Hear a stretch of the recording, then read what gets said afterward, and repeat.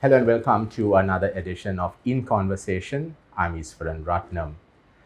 Today I have with me an author, an activist, and a researcher who is very much involved in promoting peace and reconciliation. Sarah Kabir, welcome to In Conversation. Thank you for having me, Easwaran. My pleasure. So Sarah, what are you up to these days? I know you drew a lot of spotlight with this book, Voices of Peace. How is the book going so far? I mean, promoting this, and what are you up to these days?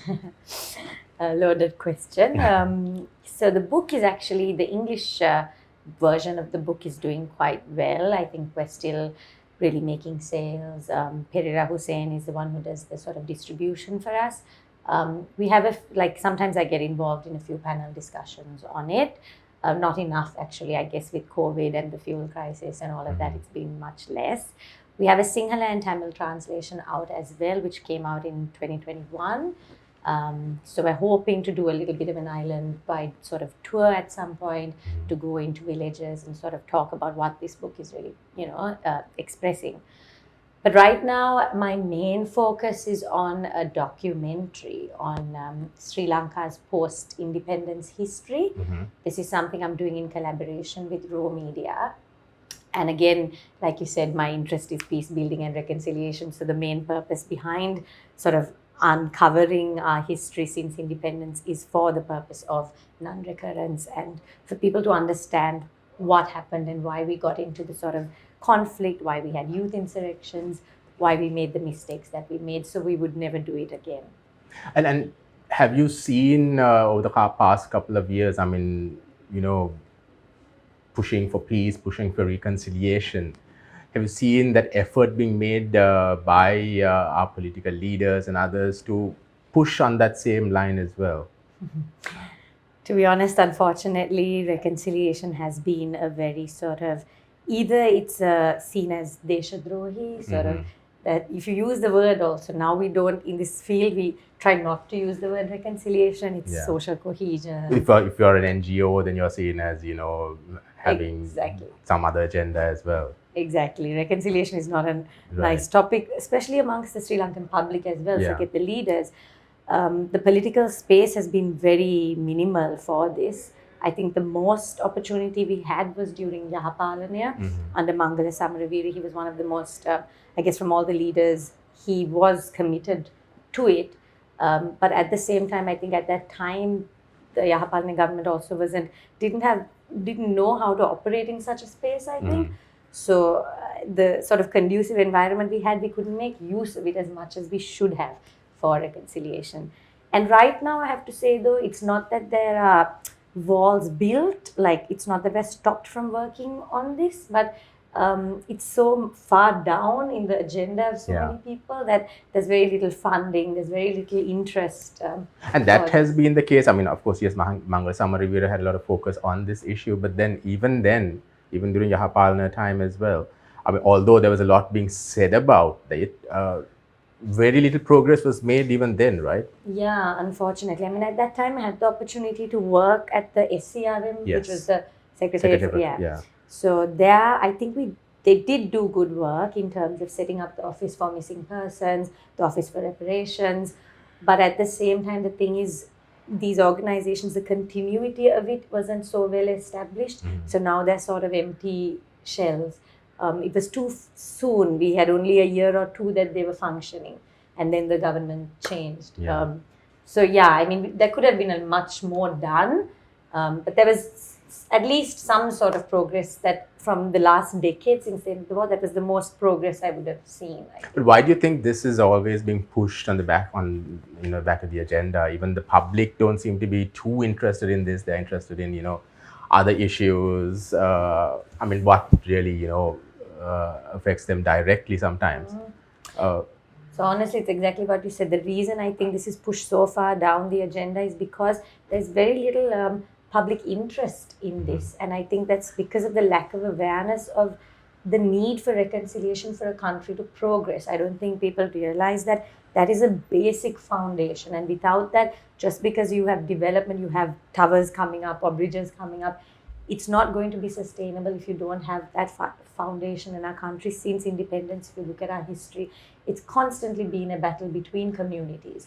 And until we address those grievances different communities have, we're not going to be able to move forward together. And unfortunately, I think because it's spoken about so little from the top, it's not taught in school. So you can't also blame the public. There's very little understanding of why this is important. So I think that message needs to come out much stronger. I know you might not like me asking you this question, but I'm going to ask you anyway. I mean, so your father is a politician. He was in the government earlier, and now he's in the opposition, Kabir Hashim. Has that in any way affected your work when trying to push for, reconciliation? To be honest, I mean, there's been pros and cons. I have to be open about it and honest and say, I mean, because of who my father is, sometimes it helps to open doors when I need access into certain government sort of agencies. And even in the recent project I'm doing, I needed access to Rupavahini. So that way, I guess, because of who my father was, maybe they were more open to helping me, which should not be the case. But I'm saying, being truthful about it. At the same time, there are negatives, because when you go into the field and you're on the ground level, and I try not to, bring in my background, but somehow someone finds out and it comes out, and then everyone has their own political biases, right? So when they know I'm so-and-so's daughter, they think I'm from that party, and then they have their issues with that party, and they don't want to then continue interacting with me sometimes. So it's also been a negative, and there are positives as well. So I know you were in the North recently and doing some work there as well. Talk us through what you were involved in there. Yeah, so that's part of this documentary project that I'm doing, which is on Sri Lanka's post-independence history. And for that, we also sort of interview a lot of people who have been through or experienced, what has happened since independence. So some of our interviews in the North were with former LTT cadres, as well as academics. And I traveled there with a production crew, and we sort of, I've been in the North quite a bit because of this book as well, but I wasn't able to go back since 2020, since COVID and all of that. But I'm always in touch with the former cadres. But when I went this time, I think a few months ago, it was sort of sad to see the state of certain regions in the North. I mean, Jaffna is really progressing. You can see there's a huge cultural change also, I felt. But Mullaitivu, for example, it's as bad as it was when I went, like 2-3 years ago. It seems even more heavily militarized, very dilapidated. It's almost like, in Lion King, that place where Simba is told not to go. Yeah, that's what it seems like. And even we experienced quite a bit of So what these people in the North have been saying often is that they are a neglected lot is actually true, because if these places are not being developed for so many years after the war. Honestly, yeah, because when I heard this story for the last 2 years, I was like, okay, maybe you're exaggerating. I didn't, and that's why when you go to the ground, you understand, and they keep saying things like we're treated like slaves. And when you go there, you see the way the military sort of treat ordinary Tamil citizens who live there. They're very sort of rude towards them, and if you're Tamil, you're not allowed to go into certain areas. And I saw you had posted a video as well where you were confronted by the military, is it? And some incident happened? This was that Mullaitivu memorial they put up this year. And I mean, all of us in Colombo were seeing this and thinking, wow, there weren't very many barriers this time to, for the Remembrance Day. But when I went there, it was a shame that they were saying, pretty much from their questions, it seemed if you were Tamil, there were about 15 of us in the car.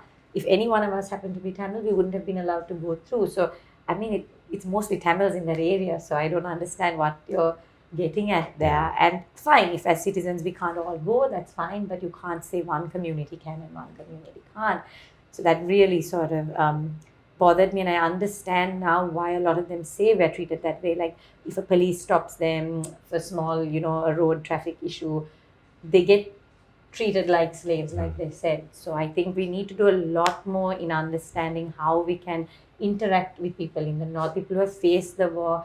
We have to, I think the government and military needs to go through a lot of training. There has to be military training done for the soldiers who are up there.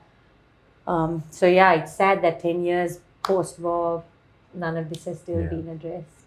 And in your conversations with the former LTT cadres, what was their feeling? What sort of message are they communicating to you? So, I mean, like I said, I've been in touch with couple of them since 2016. A lot of them, to be honest, Easwaran, they're trying to just move on with their lives. They really, there's no interest in taking up arms or any struggle or anything. They just want to get on. They've been through it all and they don't want to go back So to this that. talk of the resurgence of the LTT in the north doesn't seem to be a reality there on the ground. Not at all. Not with the former LTT cadres. Maybe there could be new youth who haven't actually understood what happened, who could easily be used by people with certain agendas. That is possible, but I can guarantee it wouldn't be anyone who actually served for the LTT who would go and do that again, because they've all, been through enough. Yeah. So a lot of them seem to be wanting to continue, just move on with life, but they have their, the past comes with a lot of baggage for them, and they feel like sometimes all this is, all we want is an apology. A lot of them who joined the LTT, they weren't even in the north. They joined because they were pushed. They were pushed out of their houses. They couldn't get into university because of certain policies, the language policy. We know all of this stuff that happened. So it's not that they chose to take weapons. They just had no choice, really. And that apology is all they're looking for from the leaders and from the majority community in this country. That they were mistreated in some extent. Yeah. Did the protest movement that we saw since April, a lot of people were of the opinion that brought some attention to the need for reconciliation, for peace building, and the issues faced by the Tamils in the north. Do you think that there was something more than that came out from that whole protest, apart from just sending certain politicians back home? I think there are pros. From the Aragale and all of that, I think it did sort of bring reconciliation, like an awareness to the general Colombo population who don't think about it. Certain events that were done at GGG, which people started to open their eyes about certain things. So I think that way it was good. But from my interactions with the north, I think it was still very disconnected from what people who were in the north were facing. Just because you're serving, food, Ramazan food, all of that, everything's like, one love and all of that. It looks like that here, but in the north, it wasn't the same. And that is because, I heard this story as well, that they felt that their issues were never really highlighted here in Colombo, and now suddenly it's just coming out just with, for a different reason. Is that the... Very true. And they're sort of taking it with a pinch of salt, because they are so aware of this is just, right now what people's interest is, just because it's the mainstream sort of narrative. But they are aware that, all it takes is a small, a little match to ignite this massive fire against Tamils or against Muslims. We've seen it throughout. So they're very sort of apprehensive to sort of welcome this as a post-war reconciliation sort of endeavor. Yeah.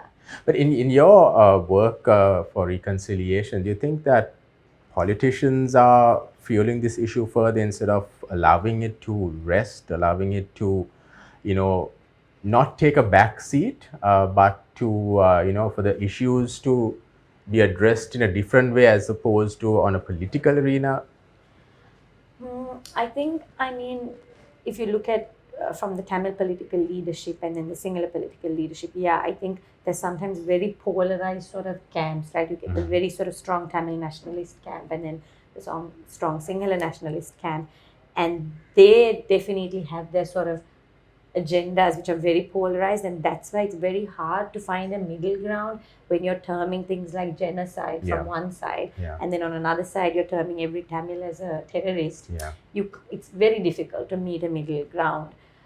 But to be honest, Eastman, I sometimes feel like leaders are also sort of, their hands are constrained because of public perception. So it's sort of, I feel always that leaders are just responding to what the public want to hear, what their constituents want to hear. But are the public in the north, for example, calling for a separate state, which we see some Tamil political parties pushing for? No. I think there are groups in the diaspora community, the big funders. That's where that narrative comes from. Very rarely will you hear it from anyone who's just living in the north. Right now, that's not their interest at all.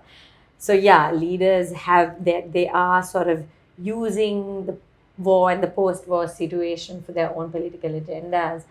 But I also think the public needs to be aware through media, through different activists, through NGOs, through whatever it is, whoever can, to sort of build that awareness amongst the public of why something like reconciliation is important. Because if we start demanding it, our leaders will respond the right way. Right. That's what I sort of believe. And the other issue is the role of religious leaders in this whole reconciliation and building communities efforts. We don't see much being done sometimes, at least by some of our religious leaders. We see the opposite happening most often. Yeah. What sort of role do you think that we should be seeing more from our religious leaders? To be We honest, know what sometimes, but then because it's been such a negative role that they've played, I honestly feel it's better that they stay out of it. I don't know, I might be wrong here. But if you think of Buddhism and monks, I think it's not the role for monks to take in terms of a platform, and unless it's really needed to bring communities together. So sometimes I feel like making it a religious sort of issue can create more division than harmony. So I could be wrong here. Okay. Yeah, I don't know. Right, Sarah, Kabir, we'll keep it at that. Thank you once again for joining us in conversation, and all the best for your future. Thank you so much. Thank you for having me.